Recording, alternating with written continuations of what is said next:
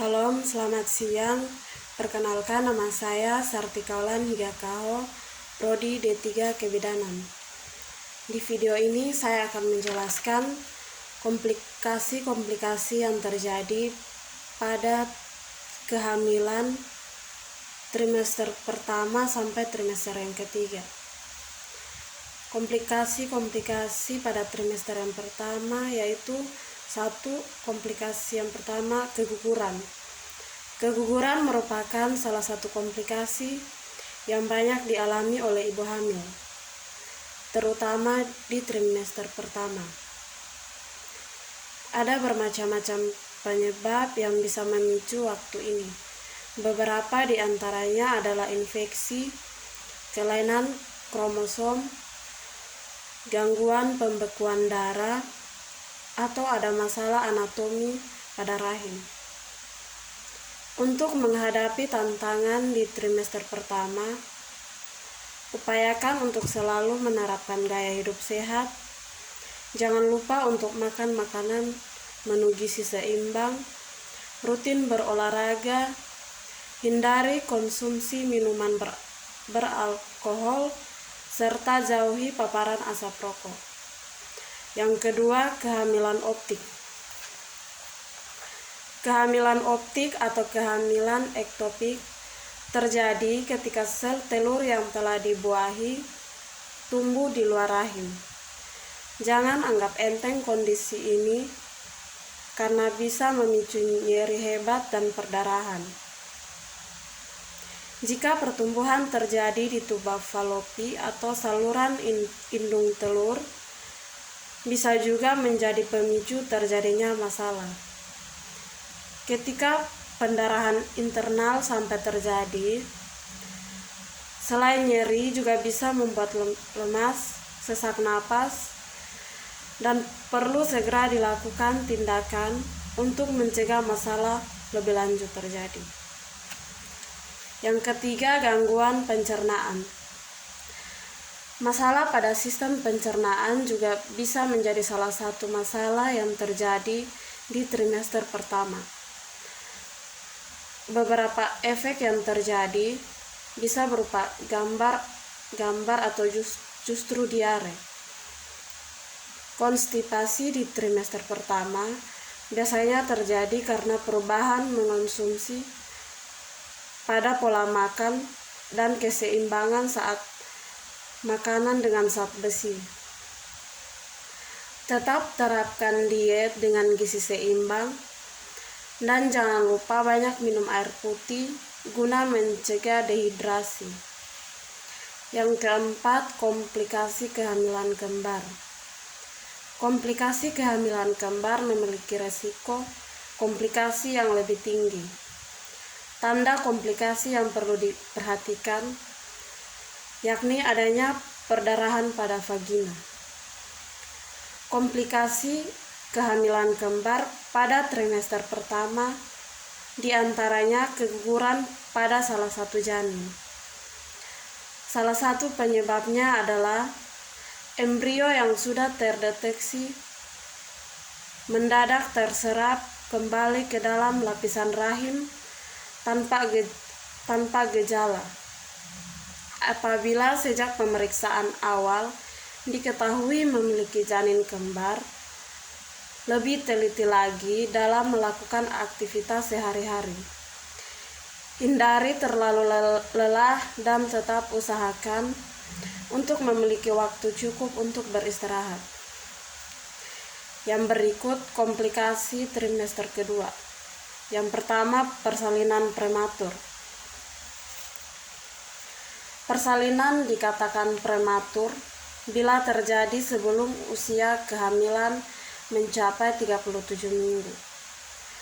Ada beberapa alasan yang bisa memicu terjadinya persalinan prematur. Salah satunya adalah kandung kemih. Beberapa jenis masalah kesehatan kronis seperti diabetes atau penyakit ginjal juga bisa memicu terjadinya persalinan prematur. Salah satu kebiasaan buruk yang bisa memicu terjadinya persalinan prematur adalah merokok. Jadi hentikan kebiasaan ini. Yang kedua, pecah ketuban dini. Salah satu permasalahan yang rentan dialami oleh ibu hamil adalah terjadinya pecah ketuban dini.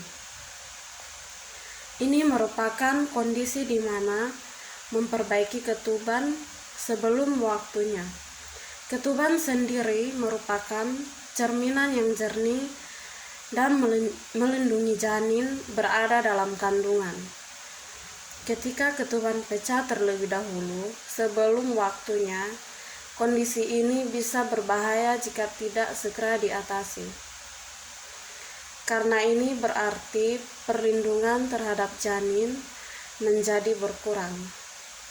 Akibatnya janin lebih rentan mengalami infeksi dan terserang virus serta bakteri. Yang ketiga, preeklamsia. Tekanan darah tinggi, peningkatan protein dalam urin, atau peningkatan berlebihan pada beberapa bagian tubuh merupakan pemicu potensial dari preeklamsia. Kondisi ini memengaruhi setiap sistem dalam tubuh, termasuk plasenta. Preeklamsia umumnya ditemukan pada kehamilan trimester 3. Tetapi kondisi ini juga bisa terjadi di trimester kedua. Tekanan darah tinggi menjadi salah satu pertanda terjadinya preeklamsia. Kondisi ini juga bisa disertai dengan adanya nyeri tak terputuskan di perut atau di sisi kanan tubuh. Yang keempat, diabetes gestasional. Diabetes gestasional terjadi saat kadar gula dalam darah meningkat selama masa kehamilan. Diabetes gestasional bahkan bisa terjadi meski tidak memiliki riwayat diabetes sebelumnya. Jangan anggap remeh, hal ini dapat meningkatkan risiko persalinan yang lebih sulit. Untuk menjaga kadar gula darah tetap terkontrol, percobaan untuk menjaga pola makan sehat seimbang, rutin olahraga, serta suplemen atau obat yang diresepkan oleh dokter. Yang berikut, komplikasi pada trimester yang ketiga. Yang pertama, anemia. Umumnya ibu hamil memiliki tekanan darah rendah. Salah satu penyebabnya adalah karena kekurangan zat besi. Di Indonesia sendiri, kasus anemia banyak terjadi akibat salah gizi, seperti mengonsumsi junk food dan minuman teh saat makan yang menghambat penyerapan zat besi dalam makanan akibat kandungan tanin dalam teh. Masih banyak dijumpai ibu hamil yang mengonsumsi makanan tertentu, padahal yang diperintahkan jauh dari itu. Seharusnya ibu hamil mengonsumsi banyak protein dan minum air putih. Yang kedua, preeklamsia. Kondisi tekanan darah yang tinggi dan kerusakan pada pembuluh darah yang ditandai dengan adanya protein pada urin serta pembengkakan atau edema. Meskipun gejala-gejala preeklamsia sudah muncul pada trimester yang kedua, gangguannya baru bisa dideteksi pada awal trimester ketiga, yaitu saat usia kehamilan 7 bulan ke atas. Itulah sebabnya dokter memeriksakan kehamilan lebih intensif, yaitu setiap 2 minggu di trimester akhir dan setiap minggu sebelum tanggal jatuh tempo. Yang ketiga, plasenta previa. Kondisi ini yang menutupi jalan lahir yang dikenal dengan istilah plasenta previa. Ini tidak mungkin plasenta namun dapat diidentifikasi pada trimester ketiga. Pada awal kehamilan yang terletak di bawah cukup umum dijumpai, tetapi sering dengan bertambahnya usia kehamilan dan pertumbuhan rahim, plasenta biasanya bergerak ke atas dan menjauhi dari mulut rahim. Biasanya tidak ada gejala selain perdarahan. Itu pun disertai rasa sakit. Tidak ada yang perlu dilakukan hingga trimester ketiga, sebab hampir semua kasus plasenta previa dapat memperbaiki sendiri. Sekian dan terima kasih.